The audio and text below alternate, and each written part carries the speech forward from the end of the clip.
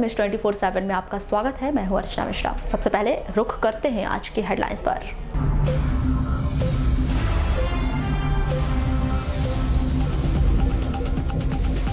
स्वयं भागीरथ बने ग्रामीण, प्रशासन की उदासीनता से नहीं हुए हताश, चंदा कर बनाएली नहर। विरसा जनपद सीईओ को कारण बताओ नोटिस।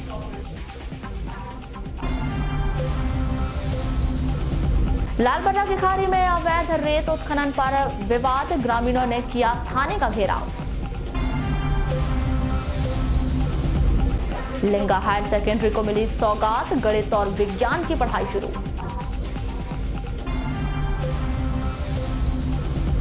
तीस मई से लापता महिला का मिला कनकी में शव।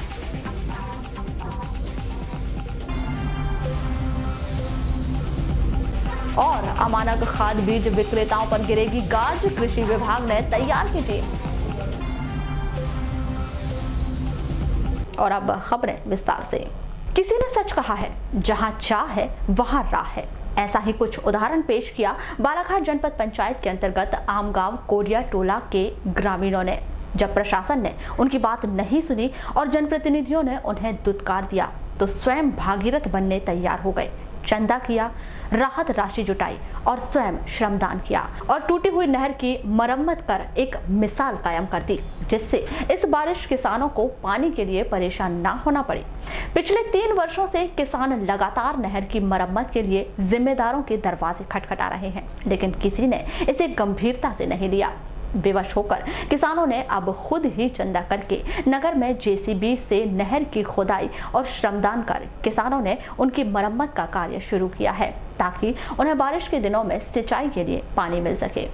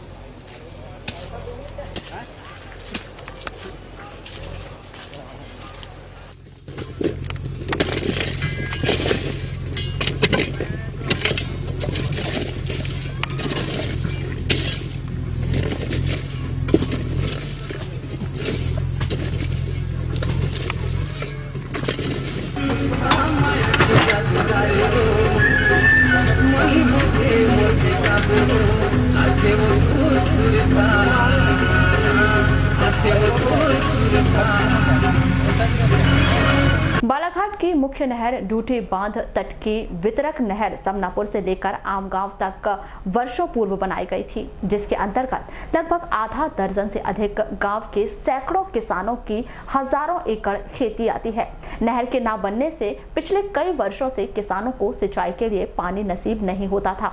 यहाँ तक कि 1 या 2 बार के सिंचाई के अभाव में सैकड़ों किसानों के खेतों में फसल बर्बाद हो जाती थी। खासतौर पर ग्राम पंचायत आमगांव के आदिवासी गांव कोडिया टोला तक नहर की स्थिति काफी खराब हो चुकी है। यहाँ नहर पूरी तरह से समतल हो गई है। ग्रामीणों ने पूर्व में इस नहर की मरम्मत कराए जाने के लिए अनेक बार कलेक्टर, विभागीय अधिकारी और जनप्रतिनिधियों को ज्ञापन सौंपा था, लेकिन समस्या जस की तस बनी हुई है और आखिरकार किसानों ने शासन प्रशासन से भरोसा तोड़कर खुद ही चंदा करके नहर को बनवाने में जुट गए।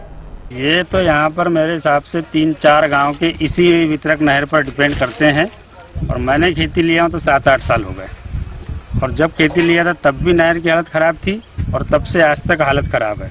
विभाग के द्वारा कोई काम नहीं किया जाता।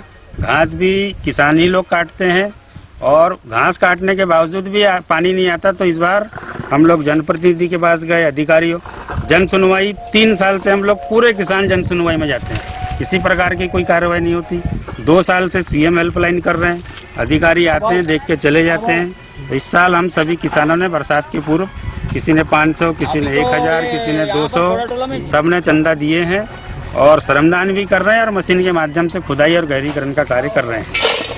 कितना फायदा पहुंचेगा अगर ये नहर बन रही है तो? ये मेरे हिसाब से 200 किसानों को फायदा होगा। ये हमारे श्रमदान और हमारे चंदा वसूली से जो पैसा काम हो रहा है, इसमें 200 किसान और कम से कम 200 एकड़ जमीन इतना किसानों की और पूरे आदिवासी किसान है, गरीब किसान है और इस साल उनको अच्छी फसल होगी। पानी बस छोड़ना चाहिए। फायदा तो यहाँ 200-250 किसानों को भी फायदा हो जाएगा। इस वक्त इतना पानी समझो बनवा रहे हैं नहर, तो किसान लोग चंदा करके मशीन लगवाए हैं, इससे बहुत लोगों को यहाँ पे फायदा हो जाएगा। पहले क्या परेशानी होती थी? परेशानी पहले तो बहुत परेशानी होती थी जी। क्या है, रात भर हम 12 बजे रात तक नहीं सो पाते थे, 24 घंटा नहीं सो पाते थे, खेत में पानी नहीं पहुँच सकते।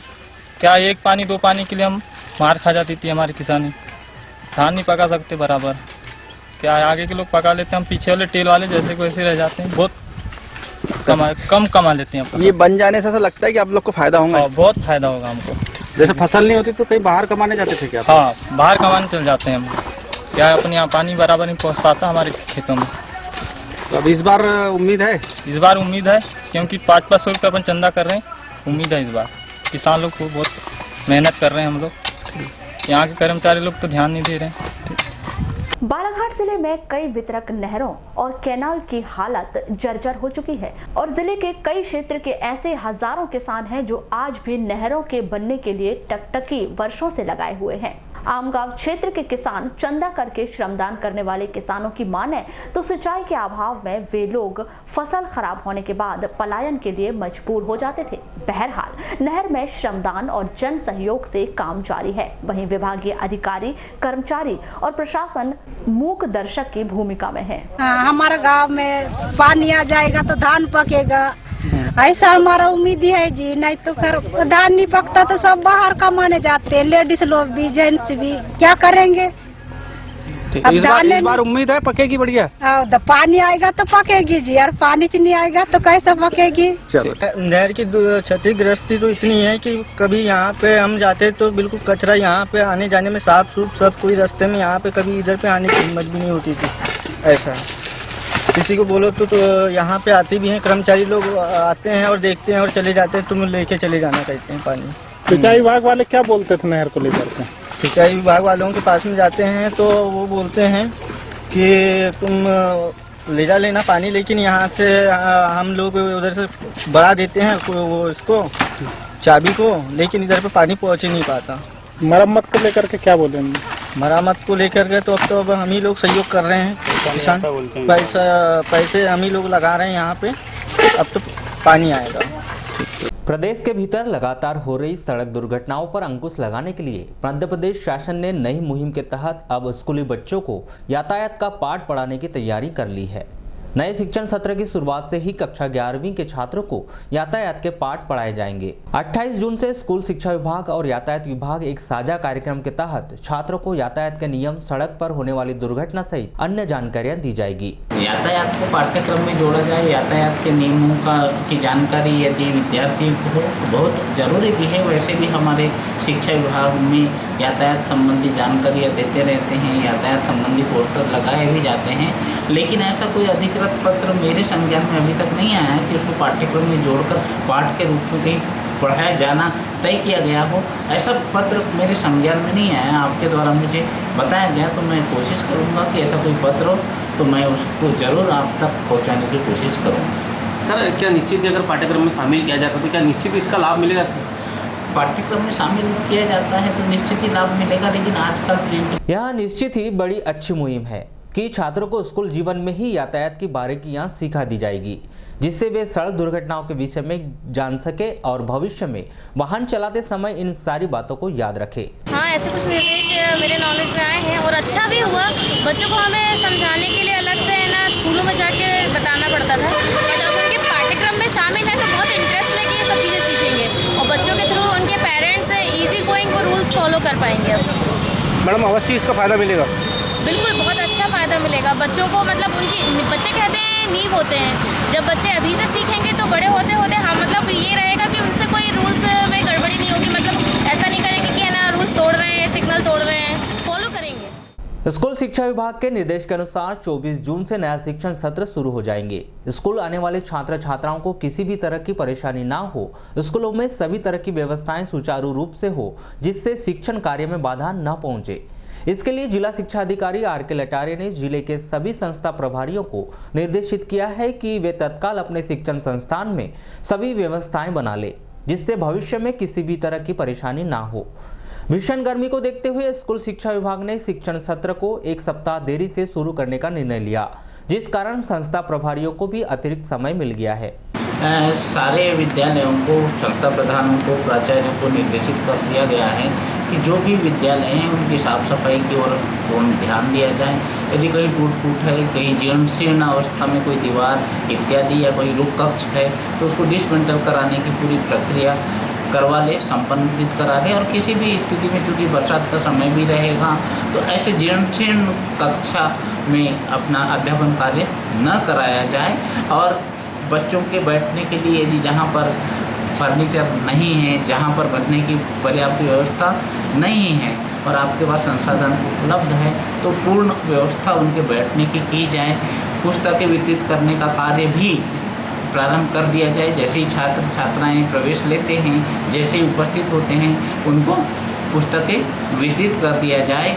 और स्कूल चले अभियान हम के अंतर्गत जो भी कार्यक्रम होते हैं उनका पूरा आयोजन किया जाए। पूरे विद्यालय का माहौल ऐसा लगे कि जब बच्चा आए तो क्लासरूम देख के उसको लगे कि हाँ, मुझे इस विद्यालय में प्रतिदिन अपनी उपस्थिति देनी है। इस प्रकार की तैयारी की जाए। लालबरा तहसील मुख्यालय से 6 किलोमीटर दूर पर स्थित खारी पंचायत में नदी से रेत उत्खनन का मामला आखिरकार बुधवार को थाने तक पहुंच ही गया। रेत उत्खनन के विरोध में 1 सैकड़ा से अधिक ग्रामीणों ने थाने का घेराव कर दिया और माफियाओं के खिलाफ कार्रवाई की मांग करने लगे। पुलिस की समझाइश के बाद पूरा मामला शांत हुआ। मंगलवार को खारी सरपंच और कुछ ग्रामीणों के साथ मिलकर तहसीलदार लालबरा को ज्ञापन सौंपा कि उनके गांव में रेत और शराब का अवैध कारोबार चल रहा है। इस कड़ी में मंगलवार की रात को ग्रामीणों ने तय किया कि आज वहां रेत के अवैध उत्खनन करने वालों को रंगे हाथों पकड़े, लेकिन इस बीच ग्रामीणों और रेत उत्खनन करने वालों के बीच मारपीट की नौबत आ गई। रेत उत्खनन करने वालों ने रात में ही लालबरा थाने में रिपोर्ट दर्ज करा ली। इस पूरे मामले की जानकारी लगते ही 1 सैकड़ा से अधिक ग्रामीण लालबरा थाने पहुंचे और थाने का घेराव करते हुए यहां मांग रख दी कि माफियाओं द्वारा फर्जी रिपोर्ट दर्ज कराई गई है। रेत की चोरी करने वालों ने ग्रामीणों से मारपीट की। रात होने की वजह से ग्रामीण थाने नहीं पहुंचे। सुबह थाने पहुंचने के पहले उन्हें खबर मिली कि रेत चोरी करने वालों ने उन पर मामले दर्ज करवा दिए हैं। काफ़ी दिनों से अवैध रेत का उत्खनन चल रहा था खारी में, लेकिन क्या हुआ था कि पिछले 2 महीने पहले सरपंच की मृत्यु हो चुकी थी। उसके कारण कुछ जवाबदार था नहीं, पब्लिक में आक्रोश था। मैंने एक हफ्ते पहले सरपंच का पद ग्रहण किया है और रेत के खिलाफ आवाज़ उठाने की कोशिश की, जिसमें कल दिन में थाना प्रभारी को भी एक ज्ञापन सौंपा गया, तहसीलदार को भी सौंपा गया और रात में सामूहिक रूप से सार्वजनिक मीटिंग आउट की गई थी, जिसमें जो आरोपी हैं 3-4 लोग, उन्होंने रेत माफिया, इन्होंने मेरे ऊपर भी और जो पंच लोग थे बैठे थे ग्रामीणों के ऊपर भी गाली गलौज किया है और मारपीट भी किया है। हमारे गांव में लंबे समय से शराब और रेत का अवैध कारोबार चल रहा है। बकोड़ा, मिरेगांव, खारी सभी गांव के लोग यहां से अवैध उत्खनन करते हैं। जो लोग रेत का अवैध कारोबार करते हैं वहीं दारू भी लेकर आते हैं। यह लंबे समय से चल रहा है। इस पर प्रशासन ने ध्यान नहीं दिया। ये हमारे गांव में रेती बहुत चोरी होती थी, रात भर सोने नहीं देते। एक ही गाँव वाले को नहीं, बकोड़ा है, मिरेगांव है, खारी है, रात भर गाड़ियाँ चलती हैं। कहाँ की गाड़ी रहती है? ये गाड़ी गाँव की जैसा खारी की गाड़ियाँ हैं। बगैर उसके करते हैं लोग? हाँ, बगैर पूछे चोरी कर, बगैर पूछे रात भर ट्रैक्टर चलती थी। तो क्या मांग करने आया था? हम लोग ये रहता चोरी नहीं होने को होना, ये काम दारू और रेता दोनों बंद होने को होना। दारू भी बिकती है? दारू वही लोग दारू ला के बेचते हैं बाहर से। रेत और शराब के अवैध कारोबार करने वाले को मंगलवार की रात्रि खारी पंचायत में मीटिंग रखी गई थी, जिसमें उनको बुलाया गया और उन्हें समझाइश दी गई। इस दौरान उन लोगों का ग्रामीणों से विवाद हो गया और उन्होंने मारपीट कर दी और स्वयं पहले थाने पहुंचकर रिपोर्ट दर्ज करा दी, जिस कारण बुधवार को खारी पंचायत के लोगों ने थाने पहुंचकर विरोध दर्ज कराया। रेत और शराब के मामले में रेत अवैध उत्खनन होने के कारण हम लोगों ने गत रात्रि में गांव की समाज की बैठक आयोजित की गई थी। उसमें उन लोगों को बुलाया गया, समझाइश दिया गया। समझाइश देने के बाद में उन लोगों ने गाँव वालों के साथ में मीटिंग में अपशब्द का उपयोग करते हुए हमारे भाई, छोटे भाई को उनने मारपीट किया और उनका मुलाजा भी हुआ है। अच्छा, कहाँ लाए थे? तो आपने मारपीट किया, उन्होंने तो थाने वगैरह लाए थे? थाना लाए थे, थाना में ला करके मुलाजा करवा करके FIR दर्ज करवाया। नहीं तो ये काम जो रेत का है, अवैध उत्खनन खनन वाला, कितने दिनों से चलते आ रहा है? ये बहुत दिनों से चलता है। इसके पहले भी हमने कार्रवाई की है, इसकी शिकायत भी हमने 1 महीना पहले किया है। तो यहाँ के जो पुलिस प्रशासन है जो ध्यान नहीं देती। जैसे अभी सभी खारी पंचायत के लोग इस बात को लेकर थाना पहुंचे हैं कि गांव में रेत का अवैध कारोबार चल रहा है। इस बात को लेकर ग्राम पंचायत के कुछ लोगों का विवाद और मारपीट हो गई, जिस पर दोनों पक्ष ने शिकायत दर्ज कराई है। उनका कहना है कि वहाँ पे रेत का अवैध उत्खनन हो रहा है। तो दूसरी चीज़ का उनका आपस में वाद विवाद हुआ था। दिनेश सपाटे, सुपेंद्र और दीपक गोयल, रमेश गोयल, इनका आपस में वाद विवाद लड़ाई हुई थी, जिस पर दोनों तरफ से मुकदमा कायम है। सर, जैसा कि ग्रामीणों ने आरोप लगाया है कि वहाँ की जो गीत गार्ड है पैसे का लेन देन का मामला है रेत माफिया और उनके बीच में। नहीं, ऐसा तो नहीं है। और उन जो हैं रेत माफिया जो हैं वो उनके द्वारा अवैध शराब का व्यापार भी किया जाता है ग्राम में। नहीं, अभी तक ऐसा नहीं है। यदि करेंगे तो वैधानिक कार्रवाई की जाए। जिला मुख्यालय से 10 किलोमीटर लिंगा और आसपास के ग्रामीणों के लिए एक अच्छी खबर है कि लिंगा सेकेंडरी स्कूल में अब गणित और विज्ञान विषय की पढ़ाई करवाई जाएगी। वर्षों पुरानी मांग पर शिक्षा विभाग ने अमल करते हुए इस बात के आदेश जारी कर दिए हैं, जिससे नए शिक्षण सत्र में दोनों विषयों की पढ़ाई शुरू हो जाएगी। कोकाडीबर निवासी रोहित इस विषय में बताते हैं कि लिंगा से उनके गांव की दूरी 5 किलोमीटर दूर है। लिंगा में विज्ञान और गणित समूह की पढ़ाई शुरू होने से अब उन्हें रोजाना बालाघाट या फिर नवेगांव जाने से छुटकारा मिल जाएगा। फॉर्म के लिए आए थे 11वीं का। नहीं, कौन से विषय का लेना चाह रहे हैं? मैथ्स। क्यों यहाँ खुल गया मैथ्स? हाँ, बोल रहे थे सर ने। अच्छा, तो फॉर्म मिला आपको? हाँ। कहाँ रहते हैं आप? कोकाडीबर।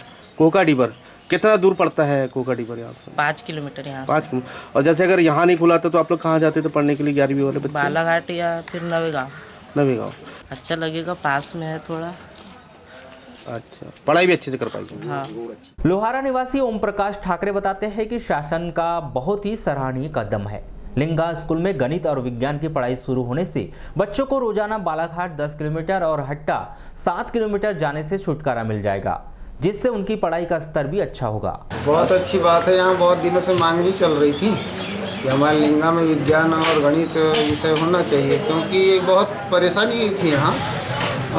क्या है, यहाँ जैसे 10वीं के बाद में विज्ञान और गणित वाले को बालाघाट यहाँ से 10 किलोमीटर, इधर हट्टा 7 किलोमीटर, तो लड़की बच्चियों को आने जाने में बहुत असुविधा हो रही थी। बहुत अच्छी बात है, अगर यहाँ खुल गया है सहूलियत होगी पूरी। बहुत अच्छी, बहुत सराहनीय कदम है। लिंगा स्कूल में गणित और विज्ञान विषय की पढ़ाई करवाने की प्रक्रिया प्रारंभ हो चुकी है। इसके लिए हमें वरिष्ठ स्तर से पत्र प्राप्त हो चुका है। हाँ, अभी वर्तमान में आदेश आने को हैं और हमारी गणित और विज्ञान विषय जो प्रारंभ करने की प्रक्रिया प्रारंभ हो चुकी है। जिला शिक्षा अधिकारी महोदय को हमने लेटर यहाँ से भेज दिया और जिला शिक्षा अधिकारी महोदय से अनुमोदन भी प्राप्त हो गया है। और अब यहाँ से संभागीय अधिकारी महोदय एवं संयुक्त संचालक महोदय जबलपुर को ये यहाँ से प्रस्ताव जा रहा है जिला शिक्षा अधिकारी कार्यालय के प्रस्ताव के अनुसार।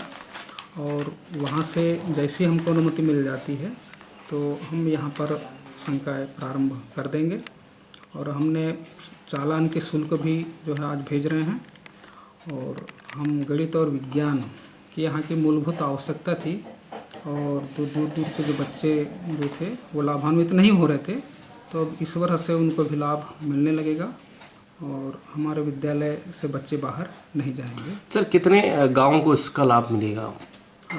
10 आसपास के 10 गाँव को इसका लाभ। लिंगा और उसके आसपास से लगे ग्रामीणों और जनप्रतिनिधियों और पालकों की मांग थी कि छात्रों को विज्ञान और गणित विषय की पढ़ाई करने के लिए बालाघाट या फिर हट्टा जाना पड़ता है, जिस कारण रोजाना उन्हें परेशानी होती है। हमारे यहाँ जो हाई स्कूल सन 90 में संचालित हुआ है, उसके बाद में सन 1993-94 में हायर सेकेंडरी स्कूल का शुभारंभ किया गया। लेकिन यहाँ पे अभी तक के हायर सेकेंडरी स्कूल की बिल्डिंग भी नहीं है, सिर्फ हाई स्कूल के बिल्डिंग में संचालित है। सन 93-94 में जब हायर सेकेंडरी स्कूल संचालित हुआ तो 2 संकाय यहाँ पे खोला गया, एक तो आर्ट और दूसरा एग्रीकल्चर। उसके बाद से कई दिनों से मांग चल रहा था, यहाँ का जो संस्था है, यहाँ का जो स्कूल है, यहाँ के जो शिक्षक है, यहाँ के बच्चे बहुत टॉपर निकलते हैं और यहाँ की पढ़ाई भी बहुत बढ़िया है। देखो, सन 94 के बाद तो यहाँ पे हायर सेकेंड मतलब तो संकाय थे ही नहीं और यहाँ के बच्चे बहुत टॉपर निकलते थे। सब बच्चे बार बार दूर दूर जाते थे, भटकते थे। और तो यहाँ पे जो 10-12 गांव में जो स्कूल है तो इन बच्चों को बहुत लाभ मिलेगा, क्योंकि इनको बहुत दूर दूर जाना पड़ता था और 5 किलोमीटर के दायरे में वो लोग पढ़ाई करेंगे तो आने जाने से थकेंगे भी नहीं। और अभी फ़िलहाल यहाँ कई स्कूल अनुशासन में यहाँ पे जो शिक्षा व्यवस्था है बहुत बढ़िया है, और 2 संकाय खुलने पर यहाँ के जो लोग लड़के हैं, जो टॉपर लड़के, वो यहीं पढ़ेंगे तो और इस स्कूल का नाम रोशन होगा। लिंगा में हायर सेकेंडरी संचालित है और विज्ञान गणित विषय के शिक्षकों के पद भी स्वीकृत है, इसलिए हमारे माध्यम से स्वीकृति दे दी गई है। वहाँ पर जनप्रतिनिधियों पालकों से और विद्यार्थियों की तरफ से डिमांड थी कि उनको यहाँ पर बालाघाट मुख्यालय में आकर विज्ञान विषय का अध्ययन करना पड़ता है, पालकों को भी परेशानी होती है। और चूँकि वहाँ पर हायर सेकेंडरी स्कूल संचालित है और ऐसा कहा गया कि वहाँ पर शिक्षकों के पद भी रिक्त है और स्वीकृत है, तो ऐसी स्थिति को देखते हुए हमने विज्ञान विषय संचालित करने की अनुमति दी है। बोर्ड संबंधी जो भी प्रक्रिया होगी और जो फॉर्मेलिटीज़ होगी विद्यालय को करने के निर्देश दे दिए गए। सर कब से स्टार्ट हो जाएगा? ये जैसे ही विद्यालय प्रारंभ होता है वो विद्यालय के शिक्षक और प्रभारी प्राचार्य को निर्देशित किया गया है कि वो प्रारंभ कर दे प्रवेश देना। मानसून की बेरुखी और लेट लतीफी के बावजूद जिले के ऐसे किसानों ने खरीफ की फसल की बोनी शुरू कर दी है जिनके पास सिंचाई के साधन उपलब्ध है। वहीं दूसरी ओर बारिश और नहर या तालाब सिंचाई के भरोसे रहने वाले किसानों को अब भी अच्छी बारिश होने का इंतजार है। बड़गांव कृषि केंद्र के वरिष्ठ कृषि वैज्ञानिक डॉक्टर आर्यन राउत बताते हैं कि जिन किसानों के पास सिंचाई के साधन उपलब्ध है वे बोनी कर सकते हैं, लेकिन जिनके पास यह साधन उपलब्ध नहीं है और बारिश के भरोसे है वहां कुछ दिन इंतजार कर ले, खेतों को तैयार कर ले, जिससे बारिश होने पर बोनी करने में देरी ना हो। मानसून इस वर्ष देरी से आ रहा है, 23 से 25 तक जिले में पहुंच जाएगा। इस बात को देखते हुए हम बोनी कर रहे हैं। मैं खेत जा रहा हूँ। खेत जा रहे हैं? क्यों जा रहे हैं खेत? खार भरने। खार भरने। अच्छा ये बताइए कि अभी तो मानसून अभी लेट है। हाँ। कितना लेट हो गया मानसून? बहुत लेट हो गया। फिर भी कितने दिन लेट हो गया आपके हिसाब से? अब अभी तो मानसून कोई बता ही नहीं रहा है। अच्छा, अब पहले कब तक आ जाता था बारिश, कब तक हो जाती? पहले तो 20 के अंदर हो जाती थी बारिश। तो क्या नुकसान है जैसे अगर अभी लेट हुआ अभी तो मानसून? नुकसान क्या, तापमान चल रही है, कुआं की सतह नीचे जा रही है, पानी के लिए तरस रहे हैं, दर्रा खरा आते रहता पानी से खेती में काम चालू हो जाता, सब लोग तब तक घर में लुके हैं सब। तो अभी क्या कंडीशन बनेगी जैसे अभी अगर आप लोग बोनी करने जा रहे हैं? खार डाल रहे हैं, हमारे पास पानी का साधन है। हाँ। खार पाल के रखेंगे। हाँ। पानी जैसा ऊपर वाला आएगा तो फट से चालू कर देंगे। और जैसे लेट हो गया है और जैसे तापमान भी गिर गया है। हाँ। तो इसका कुछ प्रभाव पड़ेगा कि फिर बाद में? प्रभाव इसी कारण पड़ेगा कि जैसे पानी नहीं आया। हाँ। हर लोगों ने बोनी करी तो बोनी खराब हो सकती है क्योंकि किसी के पास साधन नहीं है। वो चीज़ है, हमारे पास साधन है तो हम पानी चला लेंगे। गोंगलई के किसान शोभाराम लिल्लारे बताते हैं कि तापमान बहुत है, इसके बाद भी बोनी कर रहे हैं। उनके पास सिंचाई का साधन है, इसके बाद भी अगर बारिश नहीं हुई और तापमान ऐसे ही बना रहा तो हो सकता है दोबारा बोनी करने की नौबत आ जाएगी। ये खार भर रहे हैं, धान फेंक के पट्टा मार रहा हूँ बैल द्वारा, ट्रैक्टर से जुतवा दिया था रोटरी। अच्छा ये देखा गया कि मौसम तो मानसून तो आया नहीं अभी, ये क्या परेशानी हो रही है अभी आपको? अभी तो हल्का फुल्का पानी गिरा था करके अपन लोग तैयारी करके थोड़ा सा भर के रख रहे हैं। अपना साधन है मोटर का, तो क्या है थोड़ा सा चला के, और वैसा क्या दाना जैसे ऊपर का सूख जाता है फिर भी अंदर का जो उगेगा।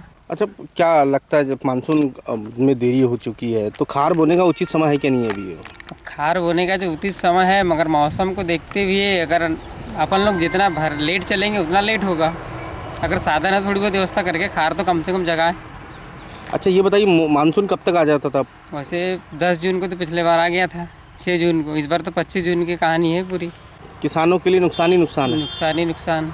और सिर्फ बीज लेके अपने घर में तैयार करके पड़ा है, बस नहीं गिरा तो फिर ऐसा हाइब्रिड लो, रिसर्च लगा, और हाइब्रिड में तो नुकसान ही है।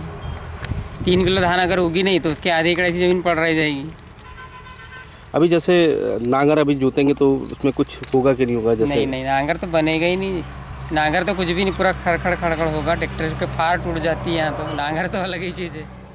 दूरभाष पर हुई चर्चा के दौरान बड़गांव कृषि केंद्र के वरिष्ठ वैज्ञानिक डॉक्टर आर्यन राउत बताते हैं कि किसानों को कुछ दिन इंतजार करना चाहिए, अच्छी बारिश होने के बाद ही बोनी शुरू करनी चाहिए। इन दिनों तापमान बहुत अधिक है, जिस कारण बीजों का अंकुरण इतनी अच्छी तरह से नहीं हो पाएगा। लालबरा थाना अंतर्गत ग्राम कनकी के बंजारी टोला समीप नाका के पास एक महिला का शव मिला, जिसकी पहचान हेमनबाई पति देवकराम कटरे 56 वर्ष ग्राम नवेगांव के रूप में की गई है। बताया जा रहा है कि हेमन बाई मानसिक रूप से अस्वस्थ थी और वह बिना किसी को बताए कहीं भी चली जाती थी। बीते 30 मई से वह लापता थी। परिजनों ने इसकी शिकायत ग्रामीण थाना में करवाई थी, जिसका शव मंगलवार को मिला। पुलिस के द्वारा हेमन बाई के शव का पीएम करवाकर परिजनों को सौंप दिया गया है।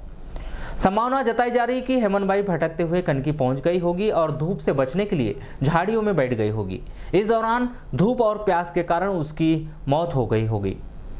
पीएम रिपोर्ट आने के बाद ही पूरे मामले का खुलासा हो सकता है। मध्य प्रदेश पंचायत सचिव संगठन द्वारा मंगलवार को जिला अध्यक्ष सहित अन्य पदाधिकारियों के लिए चुनाव करवाए गए, जिसमें पूर्व जिला अध्यक्ष भजन वलके पुनः एक बार अध्यक्ष निर्वाचित हुए।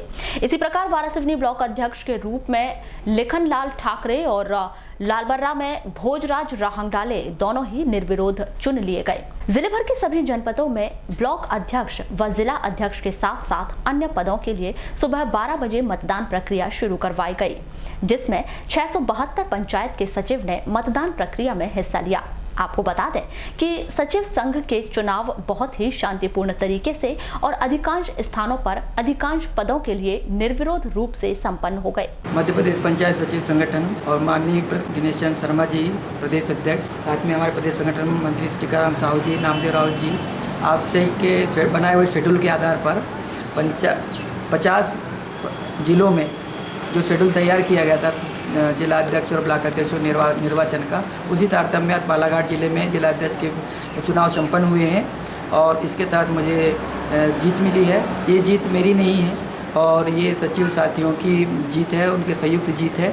और मेरे जो दो साथी हैं जो साथ में चुनाव मैदान में थे वो हारे नहीं हैं, वो भी जीते हैं। और मैं उनके लिए ये कहना चाहूँगा कि वो भविष्य में आगे विजेता बने। और अगर सचिव संगठन का मेरे साथियों से अपील है कि अगर शहद जैसा मीठा परिणाम चाहिए तो संगठित रहना चाहिए और तन मन धन से संगठन का सहयोग करें और शर्मा जी को का जिंदाबाद करें और उनके हाथ को मजबूत करें। पूरे प्रदेश में संगठन के लिए लोकतांत्रिक तरीके से चुनाव संपन्न करवाए जा रहे हैं। इसी कड़ी में बालाघाट का चुनाव करवाया गया, जो कि बहुत महत्वपूर्ण माहौल में संपन्न हुआ। जिला अध्यक्ष के लिए 3 प्रत्याशी चुनाव मैदान में थे, जिसमें भजन वलके ने 271 मत प्राप्त कर जीत दर्ज की। पूरे प्रदेश में लोकतांत्रिक प्रक्रिया से चुनाव हो रहे हैं। संगठन का निर्वाचन पूरे प्रदेश में विभिन्न चरणों में हो रहा है। आज बालाघाट का चुनाव था, मुझे सौभाग्य से मैं उपस्थित हुआ हूँ हमारे दल के साथ में। और यहाँ पर 3 साथी हमारे चुनाव मैदान में थे। भलके जी ने सर्वाधिक मत 271 मत प्राप्त करके बहुत ऐतिहासिक रूप से जीत अर्जित करी है। निश्चित रूप से इन्होंने सचिवों के लिए काम किया है और पूरा प्रदेश भी काम करता है। यहाँ पर कसौटी पर खड़े उतरे हैं। मैं भलके जी को बधाई देना चाहता हूँ और ये चाहता हूँ कि बालाघाट जिले का जिस प्रकार देश में नाम है, प्रदेश में नाम है, एक सशक्त जिले के नाम से जाना जाता है। सचिव संगठन सशक्त रूप से बालाघाट में उभरेगा और सचिवों की हितों की रक्षा के लिए भजन भलके के साथ दिनेश शर्मा और हमारे संगठन के ब्लॉक के पदाधिकारी हम सब लोग मिलकर काम करेंगे। बारिश के दिनों में कुएं में उतरने के दौरान सावधानी बरतने की अपील सिंचाई आदि कार्य के दौरान पंप सुधारने एवं अन्य कार्यों के लिए कुएं में उतरने के दौरान कुएं में जहरीली गैस होने से व्यक्ति की मृत्यु हो जाती है। ऐसी स्थिति से निपटने के लिए जिले के नागरिकों एवं किसानों से अपील की गई है कि वे जरूरी होने पर कुएं में उतरने के दौरान पूरी सावधानी बरतें, क्योंकि कुएं में जहरीली गैस हो सकती है और उसके कारण कुएं में उतरने वाले व्यक्ति की मृत्यु हो सकती है। पूर्व के वर्षों में जिले में ऐसी घटनाएं हो चुकी हैं। जिला प्रशासन द्वारा कुएं में जहरीली गैस से मृत्यु होने की घटनाओं पर रोक लगाने के लिए सुझाव दिया गया है कि कुएं में उतरने से पहले जांच कर लें कि उसमें जहरीली गैस तो नहीं है। इसके लिए कुएं में मुर्गी या बकरी के बच्चे को रस्से से बांधकर कुएं के पानी की सतह तक ले जाकर देखें। यदि वह जीवित रहता है तो इसका मतलब होगा कि कुएं में जहरीली गैस नहीं है। कुएं में जहरीली गैस के परीक्षण के लिए जलती हुई लालटेन को भी पानी की सतह तक ले जाना चाहिए। यदि लालटेन बुझ जाएगी तो समझें कि कुएं में जहरीली गैस है। कुएं में जहरीली गैस पाए जाने पर उसमें ऊपर से पानी का छिड़काव करें या छाते को फैलाकर उसे रस्से से बांधकर कुएं में उल्टा लटकाकर कुएं की हवा को बार बार खींचें। इन उपायों को अपनाकर कुएं की जहरीली गैस को बाहर निकाला जा सकता है। जब पूरी तरह से संतुष्ट हो जाएं कि कुएं में जहरीली गैस नहीं है, तभी कुएं में उतरें। कलेक्टर दीपक आर्य ने आज 19 जून को किरनापुर विकासखंड के ग्राम बडुंदा कला में कृषि आधारित उद्योग के लिए प्रस्तावित जमीन का निरीक्षण किया। ग्राम बौडुंदा कला में 305 एकड़ शासकीय जमीन उपलब्ध है। यह जमीन वेनगंगा एवं बाघ नदी के संगम के पास स्थित है और खारा रेलवे स्टेशन से लगभग 3 किलोमीटर की दूरी पर है। ग्राम बौडुंदा कला की इस जमीन पर कृषि, डेयरी, उद्यानिकी, पशुपालन, मत्स्योग आधारित लगाने की संभावना तलाशी जा रही है, जिससे जिले के किसानों एवं युवाओं को लाभ मिलेगा। ग्राम बौडुंदा कला की कृषि आधारित उद्योगों के लिए प्रस्तावित जमीन के निरीक्षण के दौरान जिला व्यापार एवं उद्योग केंद्र के महाप्रबंधक श्री अखिल चौरसिया ने बताया कि यह जमीन पूर्व में कोलकाता की रश्मि सीमेंट कंपनी को फेरो मैगजीन प्लांट के लिए आवंटित की गई थी, लेकिन उस कंपनी द्वारा अपना प्लांट नहीं लगाया गया है। ग्राम बौडुंदा कला में वेनगंगा नदी के पास में होने के कारण उद्योग के लिए पर्याप्त पानी उपलब्ध रहेगा और आवागमन के लिए 3 किलोमीटर की दूरी पर रेलवे स्टेशन भी उपलब्ध है। इस जमीन पर उद्योग लगाने के इच्छुक व्यक्तियों के सामने आने पर बिजली की भी व्यवस्था की जाएगी।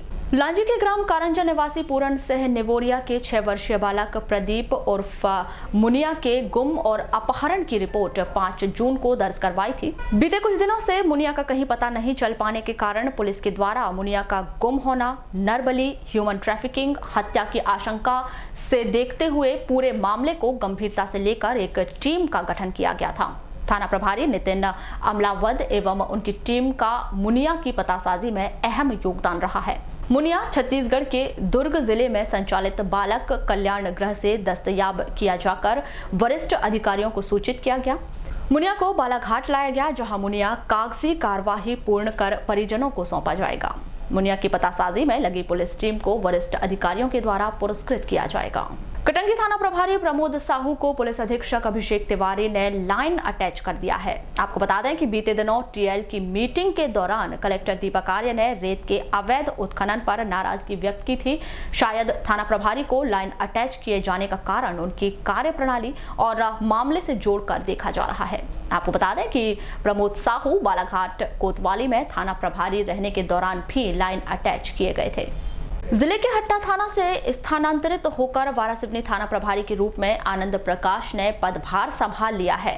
पद्मेश से चर्चा के दौरान उन्होंने बताया कि अपराध पर अंकुश लगाना उनकी पहली प्राथमिकता रहेगी। इसके लिए सामुदायिक पुलिसिंग सबसे बड़ा अंग होगा। जनता के सहयोग के बिना पुलिस अपराध पर अंकुश लगाने में सफलता प्राप्त नहीं कर सकती। हालांकि वारासिवनी में पुलिस बल की कमी है। इस मामले पर उन्होंने कहा कि यह मामला वरिष्ठ स्तर का है, इसके बावजूद अपराधों पर नियंत्रण किया जाएगा। जब तक जनता का सहयोग पुलिस को नहीं मिलता है तब तक पुलिसिंग सार्थक नहीं हो पाएगी। आपने जैसे खुद ही बोला कि भाई चोरी में इसमें खुलासे नहीं हो रहा, तो मुझे लगता है कहीं ना कहीं सामुदायिक पुलिसिंग की कमी है यहाँ पे। तो उसे जनता को पुलिस के साथ अधिक से अधिक जोड़ने का प्रयास किया जाएगा। जो भी अगर पुलिस सकारात्मक कदम उठा रही है उसमें उनसे सकारात्मकता की उम्मीद की जाती है। वारासिवनी नगर की शंकर साब पटेल महाविद्यालय में बीते 1 वर्ष से टावर निर्माण कार्य चल रहा है, जो अधूरा पड़ा हुआ है, जिस कारण छात्रों को हर मौसम में खुली छत से परेशानी का सामना करना पड़ रहा है। बारिश के दिनों में इस खुली छत से पूरे परिसर के भीतर पानी एकत्रित होना तय माना जा रहा है।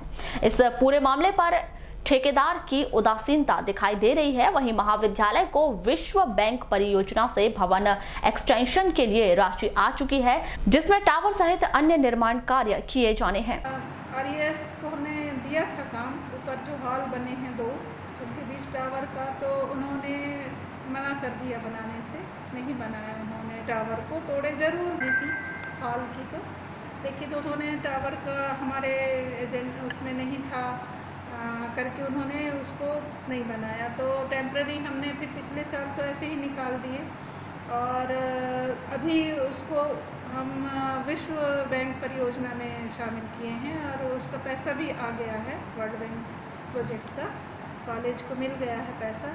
तो कितनी राशि आई? हाँ, उसमें है 6.5 करोड़ रुपए सैंक्शन हुए हैं। जिला सहकारी केंद्रीय बैंक मर्यादित बालाघाट के वरिष्ठ महाप्रबंधक विजय सिंह कुर्मी ने दिनांक 18 जून को जिले की शाखा डोंगरमाली, रामपायली और तिरोड़ी थाना में भेंट दी। इस दौरान उन्होंने सेवा सहकारी समिति डोंगरमाली एवं परसवाड़ा घाट में पहुंचकर वर्तमान में शासन की योजनाओं के क्रियान्वयन के संबंध में वस्तु स्थिति की जानकारी लेते हुए आवश्यक निर्देश भी दिए। वरिष्ठ महाप्रबंधक श्री कुर्मी द्वारा शाखा डोंगरमाली अंतर्गत सेवा सहकारी समिति डोंगरमाली में उपस्थित जनप्रतिनिधियों, किसानों और शाखा प्रबंधक, संस्था प्रबंधकों, सुपरवाइजर की उपस्थिति में ऋण वितरण, खाद बीज वितरण, जय किसान फसल ऋण माफी योजना के संबंध में आवश्यक जानकारी से अवगत करवाया।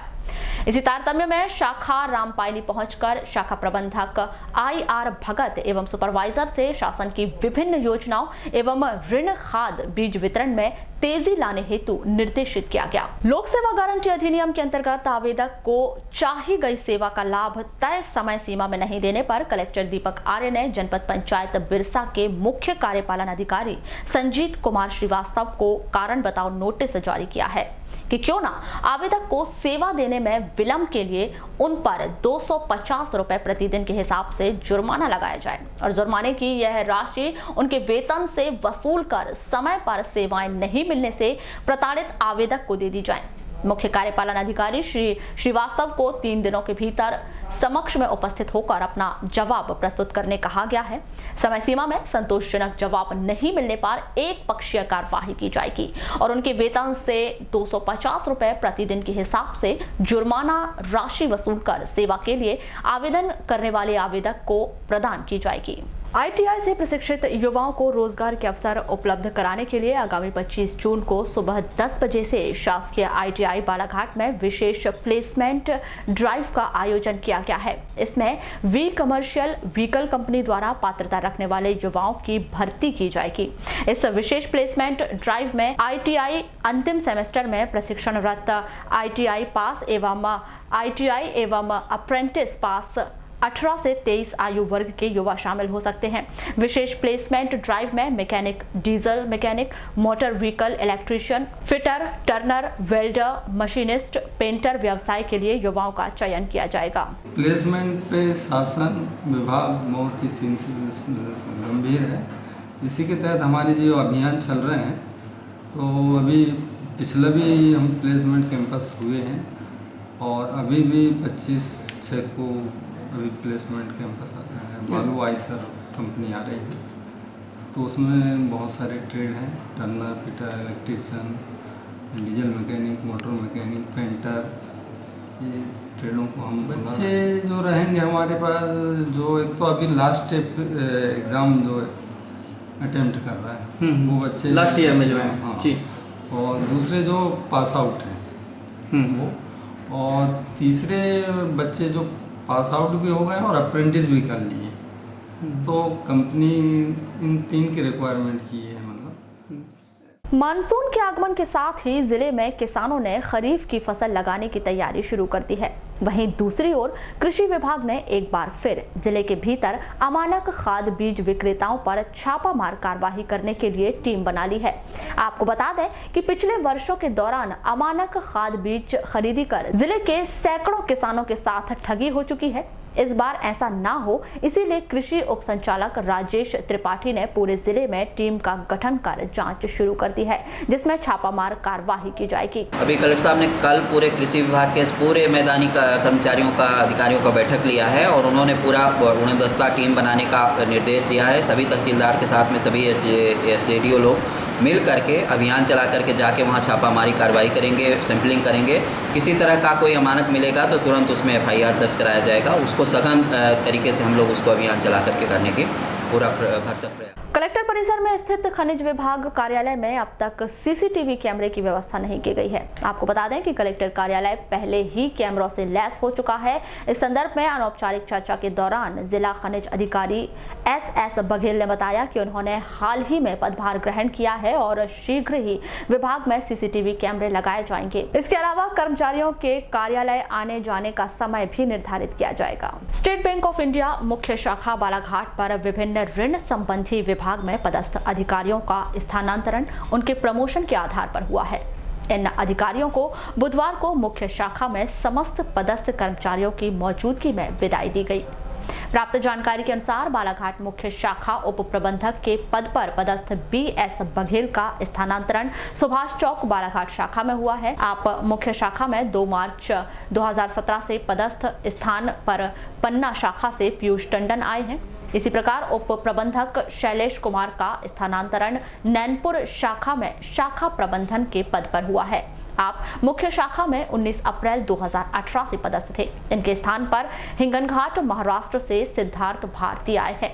वहीं प्रबंधक विनोद कुमार सिंह का स्थानांतरण हिरवी शाखा प्रबंधक के पद पर हुआ है। आप 1 जून 2018 से मुख्य शाखा में पदस्थ थे और अधिकारियों को SBI शाखा के समस्त पदाधिकारियों ने विदाई दी। शासन के द्वारा सरकारी अस्पतालों के OPD के समय में किए गए बदलाव के बाद भी जिला अस्पताल की व्यवस्थाओं में कोई भी सुधार नजर नहीं आ रहा है। हालांकि कलेक्टर दीपक आर्य के द्वारा समय समय पर अस्पताल की व्यवस्थाओं को परखा जा रहा है। जिला अस्पताल में आज भोजन अवकाश के बाद एक भी चिकित्सक OPD में नजर नहीं आए, जिसके कारण मरीजों को उपचार के लिए काफी दिक्कतों का सामना करना पड़ा। इस संदर्भ में दूरभाष पर चर्चा के दौरान कलेक्टर श्री आर्य ने बताया कि शासन के निर्देशों के तहत सरकारी अस्पतालों की OPD का समय निर्धारित किया गया है। यदि चिकित्सक समय पर जिला अस्पताल नहीं पहुंच रहे हैं तो इसकी जानकारी ली जाएगी। वहीं इस मामले में CMHO श्री पानिका ने दूरभाष पर चर्चा के दौरान कहा कि इस मामले की जानकारी CHMO से लेंगे।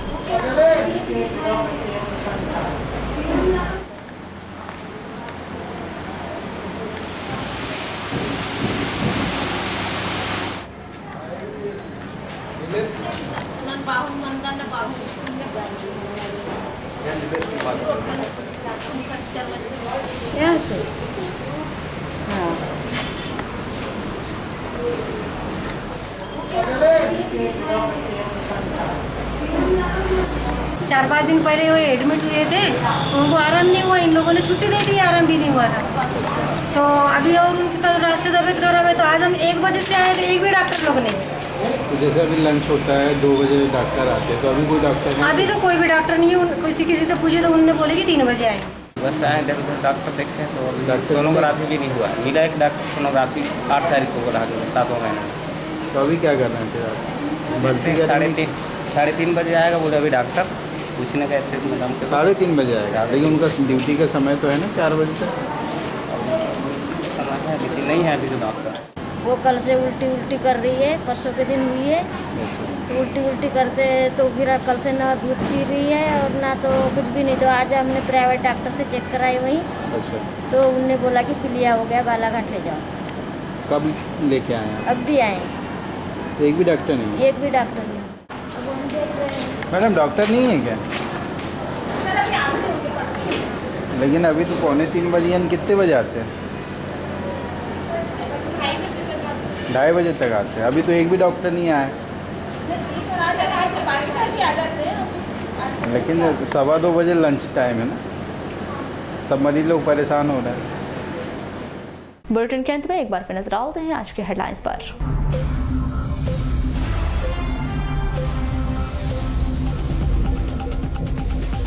स्वयं भागीरथ बने ग्रामीण, प्रशासन की उदासीनता से नहीं हुए हताश, चंदा कर बनाई नहर। बिरसा जनपद CEO को कारण बताओ नोटिस।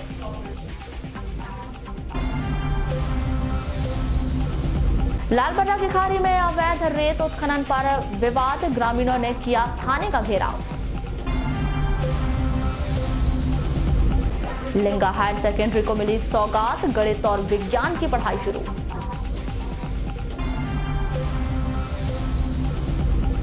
मई से लापता महिला का मिला कनकी में शव।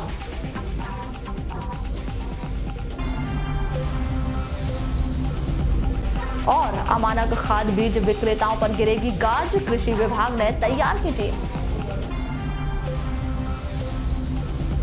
तो ये थी अब तक की खास खबरों की ज्यादा जानकारी के लिए लॉग इन कीजिए www.balaghatexpress.in पर। इसके अलावा आप अपने एंड्रॉइड फोन से प्ले स्टोर पर जाकर बालाघाट एक्सप्रेस ऐप भी डाउनलोड कर सकते हैं। तो आज बुलेटिन में बस इतना ही। अगले न्यूज बुलेटिन के साथ फिर मुलाकात होगी, तब तक के लिए नमस्कार।